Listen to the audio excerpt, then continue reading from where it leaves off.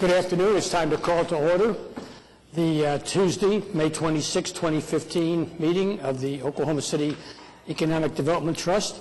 First item on the agenda is to approve the minutes of the April 28, 2015 Oklahoma City Economic Development Trust. So moved. Oh, second. Motion is second. Any discussion? Please cast your votes. And it is approved. Next item on the agenda is to ratify the OCEDT claims. Second. We have a motion is second. Any questions or discussions? Seeing none, cast your votes. And it is ratified.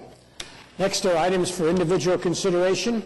The first item is a change order on some three projects that are a part of Project 180 Streetscape Package 7B. Kathy, give us just a brief overview of what this is all about, if you would, ma'am. I think I'm going to have to ask Eric Winger to give you a brief overview of what this is about. Thank you, Mr. Chairman. You do have change order number 1 for Project 180. This is Package 7B. So this is work predominantly on Kerr and also on Harvey. There's actually no cost to this change order. One of the things that we were looking at is, you know, that we've got multiple Project 180 packages underway, was just re-coordinating some of the work. So we've actually just reestablished the start and the completion date. So the start date was April 9th, 2015, and the new completion date will be February 24th of 2016. So this change order addresses that contractually, because we're still looking to have contractors finish early with incentives and some other criteria for the contract. Thank you, sir. You've heard the recommendation. Motion is second. Any discussion or questions? Please cast your votes. And it is done. Thank you, Eric. Next up is a joint economic development agreement between the City of Oklahoma City and Criterion Development Group, LLC, to provide some assistance in developing and financing for the Criterion Performing Arts Facility project at 500 East Sheridan Avenue in an amount not to exceed $550,000. Brent, would you like to give a brief overview, or Kathy?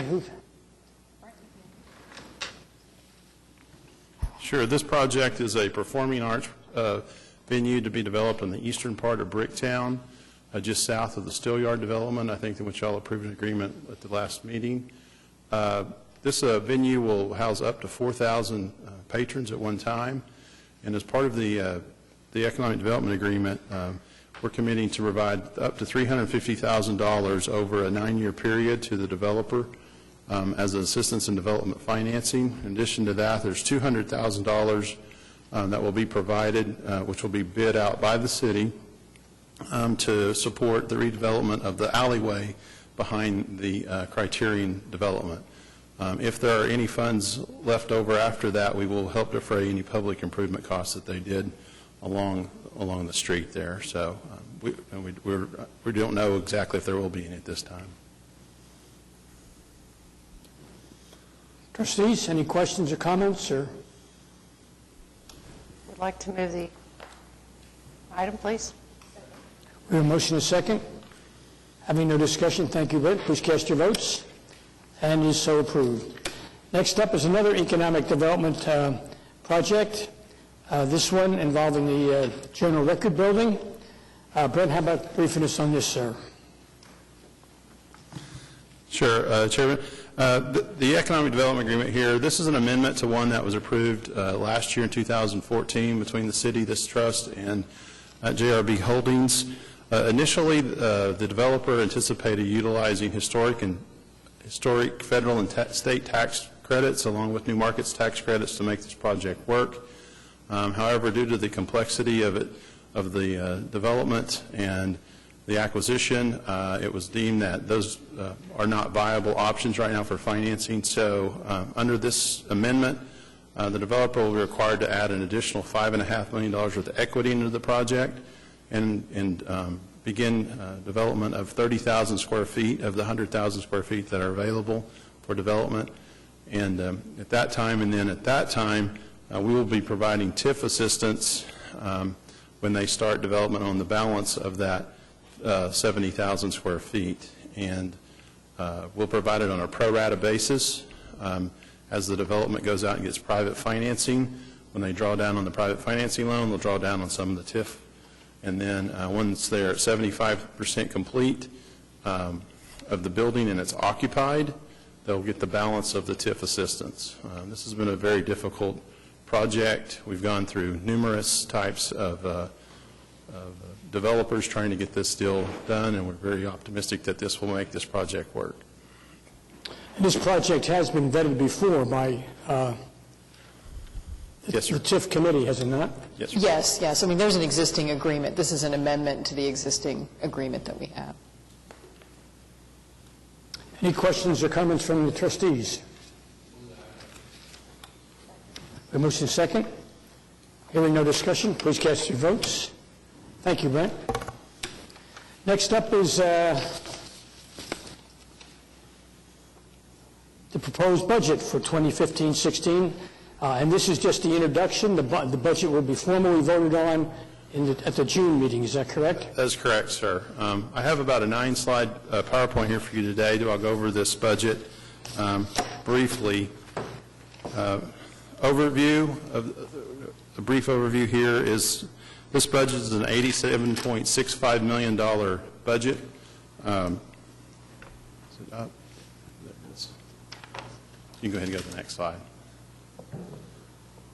$87.65 million budget, with the $66.5 million being for TIF, $17 million for our strategic investment program, and $4.1 for our general economic development projects. It includes TIF 2 borrowings, which also includes funding for the chamber contract, the alliance contract, the Myriad Gardens Foundation contract, as we provide a subsidy for the operations of the Myriad Gardens, the outlet mall marketing, and staff reimbursement to the general fund. One thing that this budget does not include that you might wonder why doesn't it, it's our agreement that we had with Cabela's as they're focusing on completing that project. That will not impact our budget until fiscal year 16-17. So you might think, oh, they're about to open. Why isn't that in the budget? That will occur in the next fiscal year. TIF 2 and 3 totals $20.5 million. We anticipate payments for all these projects here. I will not go into each one of them.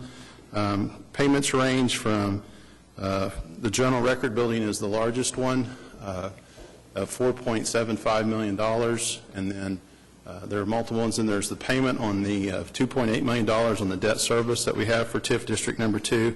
TIF District Number 2 is extremely busy right now. There are a lot of projects that are in the finalization of construction, and at that time, that's when we typically make our payments to the developers. So that's a very busy TIF district right now. I have TIF District Number 4 and 5. There's one more. We anticipate $7.6 million in ad valorem in the next fiscal year, along with a $380,000 sales tax from the Skirvin Hotel, and then we anticipate the state matching that. We also anticipate drawing down on the balance of our line of credit, which you approved an amendment to that at our last meeting. We anticipate drawing about $8 million down on that line of credit. To date, we've only drawn down a little over $6 million on that. Yes, sir. Is the heading on this slide correct? Pardon? The heading on this slide? Yes, that is correct. That is supposed to be TIF 2 and 3. I thought you said 4 I and 5. accidentally went to TIF 4 and 5. I apologize. Okay. I jumped ahead. TIF 4 and 5 totals $2.17 million. We anticipate paying a $1.25 million in debt service in fiscal year 15-16. We actually anticipate paying that amount in this fiscal year, and my point in that being we have about $6 million in debt right now with that. We'll pay down between this next month and the next fiscal year a little over almost $2.5 million paying debt down on that. So that's a good thing there. We anticipate about $900,000 in ad valorem, and then an additional $300,000 in sales tax, in which we'll also get a sales tax match from the state also. So that'll total up to $6 million. So in all, you can look at this TIF district brings in about $1.5 million a year in recurring revenues. TIF District Number 8, budget totals $38.8 million. It funds the majority of packages 6A, 6B, 7A, and 7B in fiscal year 15-16. Also includes the pedestrian corridor, the City Hall lawn renovations, and the balance of the Oklahoma County Annex project. And we anticipate the $11.3 million, as that is the minimum tax that is required to be paid by Devon World Headquarters with this TIF district. And then the Strategic Investment Program totals $17 million. We anticipate spending $3 to $4 million this next year with companies like Tapstone, Syntec, United Engines, Paycom, Boeing, Continental Resources, Grocery Supply, and General Electric.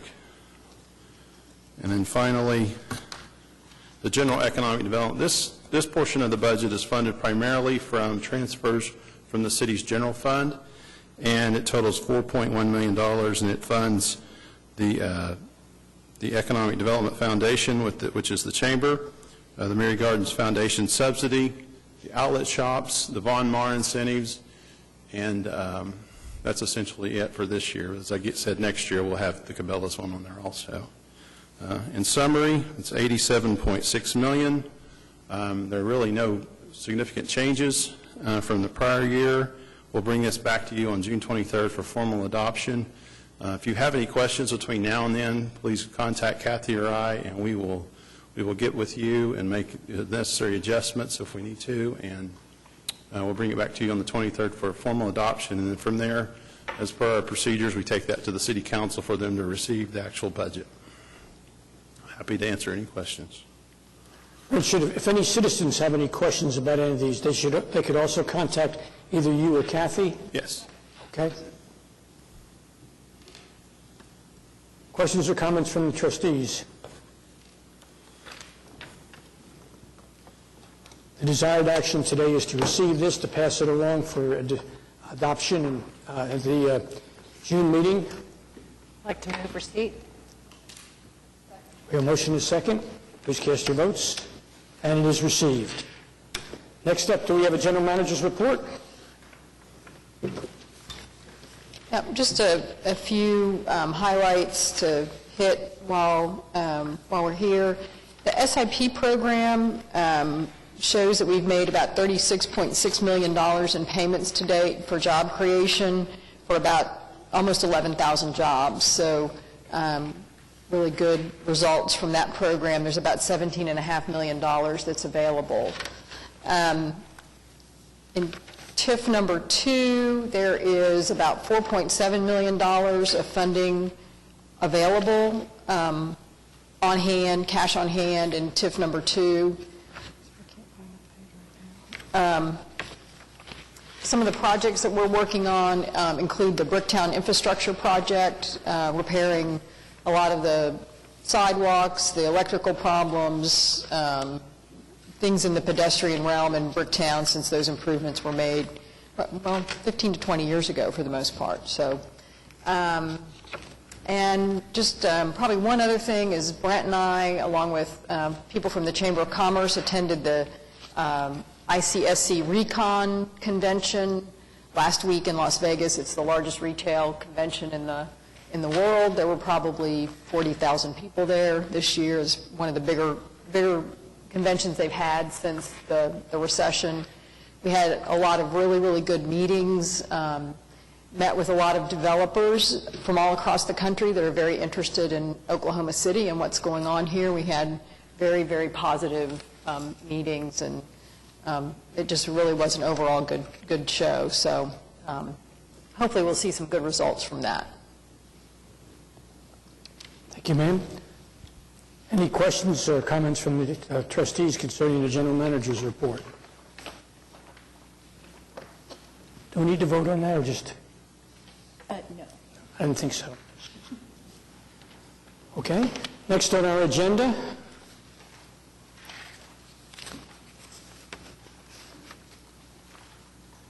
we have comments from staff. Seeing none. Comments from trustees? Seeing none. Comments from citizens or anybody in the audience? Dr. Shadid would like to make some comments. Thank you, Larry, for agreeing to let me speak for about 25 minutes or so today. Appreciate that. Just remember. Be very brief. I'm really here to ask for two things. As many of you know, we brought Greg Leroy, Executive Director of Good Jobs First last week. We met with Kathy and Brent and school board members and city council members, and I thought it was really productive, and I learned a lot that I didn't know, and I learned a lot from him. We had a good town hall meeting on Thursday night with a couple hundred people in attendance, which I think is not bad for a wonkish subject like tax increment financing. And there was a lot of interest and a lot of questions. The only thing that was a little bit sad for me is I thought that Greg Leroy was brilliant. He gave a 5.5-minute interview, which is on News OK, that Will Crum did, that can be watched by anyone. And I think you'll find that he was very, very balanced, both in that interview and at the town hall meeting, which will be videotaped and distributed. But I thought he was very, very balanced, showing how there were good and productive and not so productive examples nationwide of what TIF can and do. And he spoke very eloquently to that. But what he spoke more privately, which I didn't really understand, is just how much data is transforming his field. GIS data, the data that corporations use to figure out whether to put a Starbucks on a certain corner or a grocery store in a certain area. And that governments, municipal governments, can now use that data to try and figure out this problem of whether to let your foot off the accelerator. So many cities across America are struggling with, we've invested this money to try and get our downtowns revitalized. When do you pull back or not? And maybe using that data to steer some of that decision making. And so the two things I wanted to ask is maybe whether the Economic Development Trust would consider kind of spearheading maybe a one-day or half-day workshop on tax increment financing. I can just tell you as a policymaker, TIFs have been very, very complicated for me, and I've really struggled to understand them. And I think something that really would have helped me when I first came on council 4.5 years ago is if we had some kind of workshop, which there is precedent for that. We've had workshops. Now the council is getting ready to go to every other week meetings. The school board's getting ready to go to every third week meetings.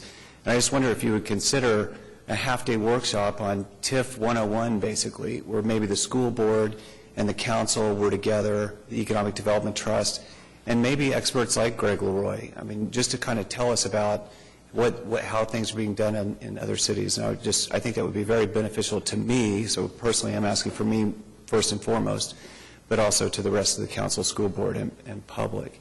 The second is there's a question. I'll give you an example of what the knowledge gap that there seems to be is one issue that came up in some discussions was the idea of tax increment financing, and that money that would go to I-89, is there an offset in terms of the state's education budget, and how does that offset work? And is that being followed? Who's looking at that? And so that's the second thing I'm asking you for today, is really an answer to that question, because there was references to it in general terms, but nobody seemed to know exactly where to go to look for that rule, and then where I would go to see if it was being complied with and how these offsets were being applied. So if that could just be provided through city staff or whoever, to me that would be very beneficial to me, I think. Thank you. Thank you, sir. Yeah. Who would be the invitees to this workshop? I didn't think I understood that one. So twice during my tenure, we've had meetings where the entire school board and the entire city council met together. But if you did something similar to that with maybe the addition of the Economic Development Trust, I think that would be, and maybe the other taxing jurisdictions as well. And I think you could make an argument there. But I think basically replicating what we've done in the past with the school board and the city council, and maybe just adding some additional economic development players, representatives. Thank you very much. Thank you, Councilman. Any other citizens like to be heard? See. I just want to make one point. On the memo dealing with the JRB, I want to be sure you understand there's one kind of typo in it. The $500,000 is not tied, that part of the TIF funds is not tied to the completion of the garage. It's tied to 75% occupancy. So the little sentence in there that's not quite correct. The contract ties it strictly to the 75% occupancy. Thank you, Wiley. Anyone else? Seeing none, thank you for coming, Councilman. We'll take those into consideration and get back to you. Thank you all, trustees. We are adjourned.